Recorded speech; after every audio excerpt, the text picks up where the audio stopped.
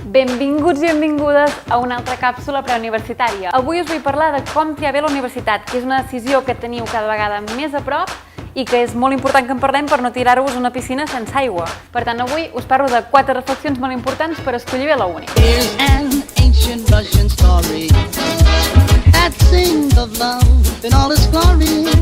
La primera reflexió és: intenta no idealitzar una universitat. No t'imagines la quantitat de preguntes que ens arriben a preparats, amb persones preocupades pel prestigi d'una universitat o d'una altra i es veuen com amb aquest dilema de no saber si triar-ne una que saben que té molt prestigi o una de la que no tenen tanta informació. Deixeu que us digui una cosa, això del prestigi és una mica una tonteria, perquè podeu navegar per internet i veure que les unis apareixen en un rànquing o en un altre, però al final heu de plantejar-vos coses molt més importants, com per exemple, si les instal·lacions de la uni on vols accedir són prou innovadores, tenen qualitat, si el material que faràs servir també és de qualitat, el nombre de persones per aula, no és el mateix ser una classe de 40 que de 200.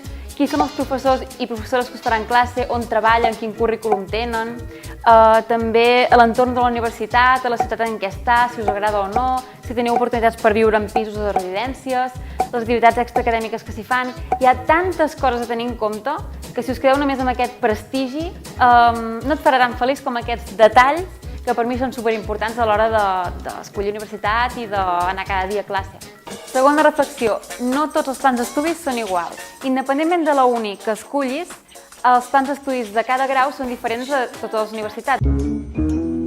Has de tenir en compte que aquest pla d'estudis s'adapti a tu, t'agradi com estigui organitzat, les assignatures que t'ofereixen. Per exemple, el grau en Medicina, en algunes universitats, tenen una metodologia basada en casos clínics i en algunes altres tenen una metodologia molt més convencional. Per tant, analitza una mica mirant assignatura per assignatura a través de les seves webs i mira si t'agrada o no el pla d'estudis. Tercera reflexió, la nota de tall no és l'equivalent a la qualitat de la universitat.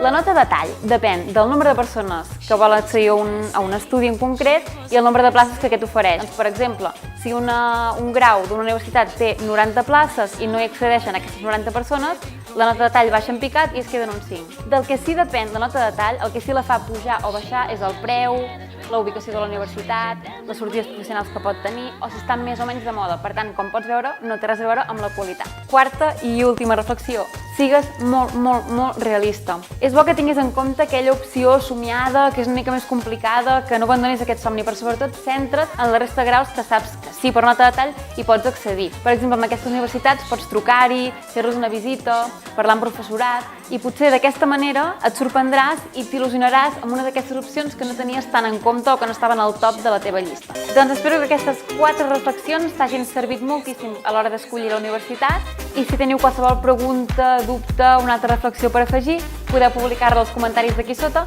o també enviar-nos-la a l'apartat preguntes i respostes del nostre web.